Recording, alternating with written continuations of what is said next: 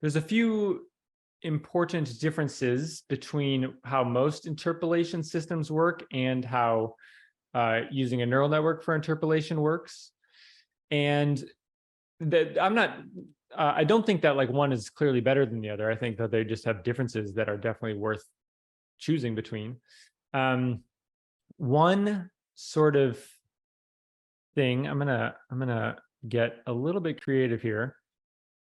And I'll say that if we are interpolating in some space, and we have a point like here, here, and here, what most interpolation systems will do is they'll say, okay, if I'm right here, if I want to find out what is right here, right, but this is my preset points, it will usually take a weighted average of like the 3 or so nearest points. So it's okay, well, here's the 3 nearest points to where I am. I'm closest to this one, so I'll weight it the strongest. And I'm second closest to this one, so this one will be weighted the second strongest. And I'm third closest to this one, so this one will be weighted the third strongest, right? And then it does a weighted average, and that's what it gives you as the vector for this position. If we have another point over here, too far away, right? We're just going to take the closest 3. So it's too far away. This one's not included. But as soon as we move to right here, now the closest 3 are going to be these 3. So first, we're doing a weighted average between here, here, and here, and that's going to sound a particular way. And then over a very thin line, a very short distance from here to here, we're going to switch, or so. I mean, my diagram is approximate, right? But we're going to switch between these being the 3 closest to these being the 3 closest. And so that could actually be a pretty large jump in sound, right? That could be a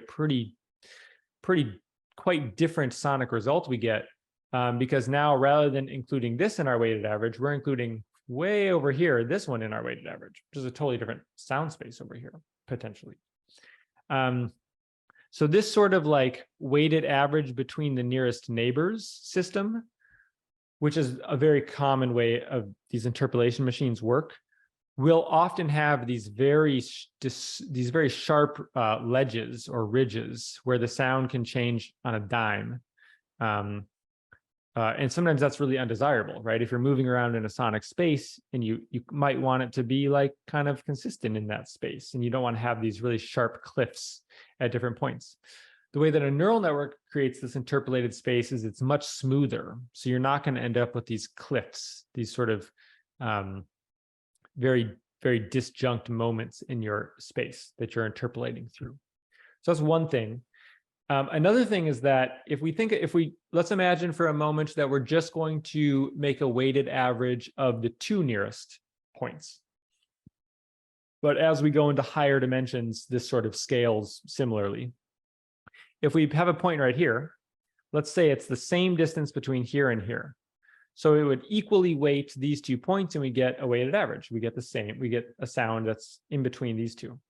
If instead of being right here, if the point is right here, well, it's actually the same distance between these 2. So you're going to get the exact same sonic result here as you are here.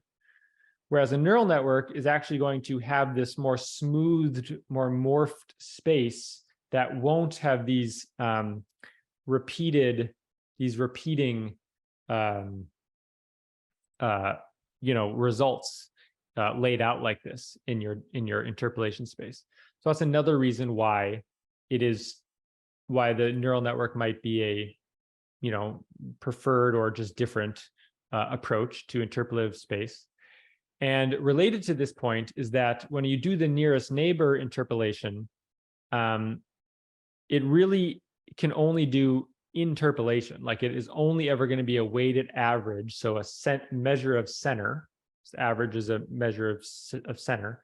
It's only going to be an interpolation, points that are in between other points. With a neural network, the way that it creates this like really fluid, flowing, interpolated space is that if you extrapolate outside of your set of data points that you have curated, it actually can give you some interesting results out here that aren't going to give you this problem.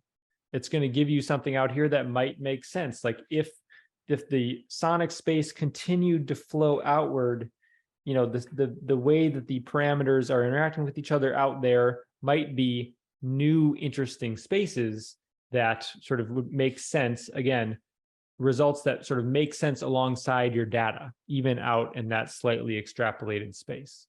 Now, you can't go out too far, but there is some sense of extrapolation that definitely can occur.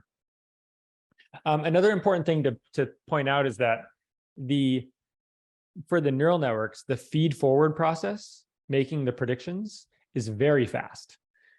For the neural networks, training takes a long time, right? You have to like do this back propagation, which is slow when you have to train it on thousands of times. So that the training is very slow for the neural networks, but the feed forward, the prediction part is very fast. So that's actually why they can be really preferred. That's actually another benefit to using neural networks over some of these nearest neighbor weighted average strategies for interpolation, because the nearest neighbor weighted average strategies, they actually need to first determine what the 3 nearest neighbors are, or however many they're doing. And that uses an algorithm called the KD tree. But the KD tree is very fast, but if you have a lot of data points, the KD tree can take a little time to like find out what the nearest neighbors are, because it does it in a, it tells you exactly what they are. And so it doesn't check every point, but it checks a lot of them. So yeah, so that's just another benefit to the interpolation space with a neural network, is the prediction of the interpolated values is very fast. So.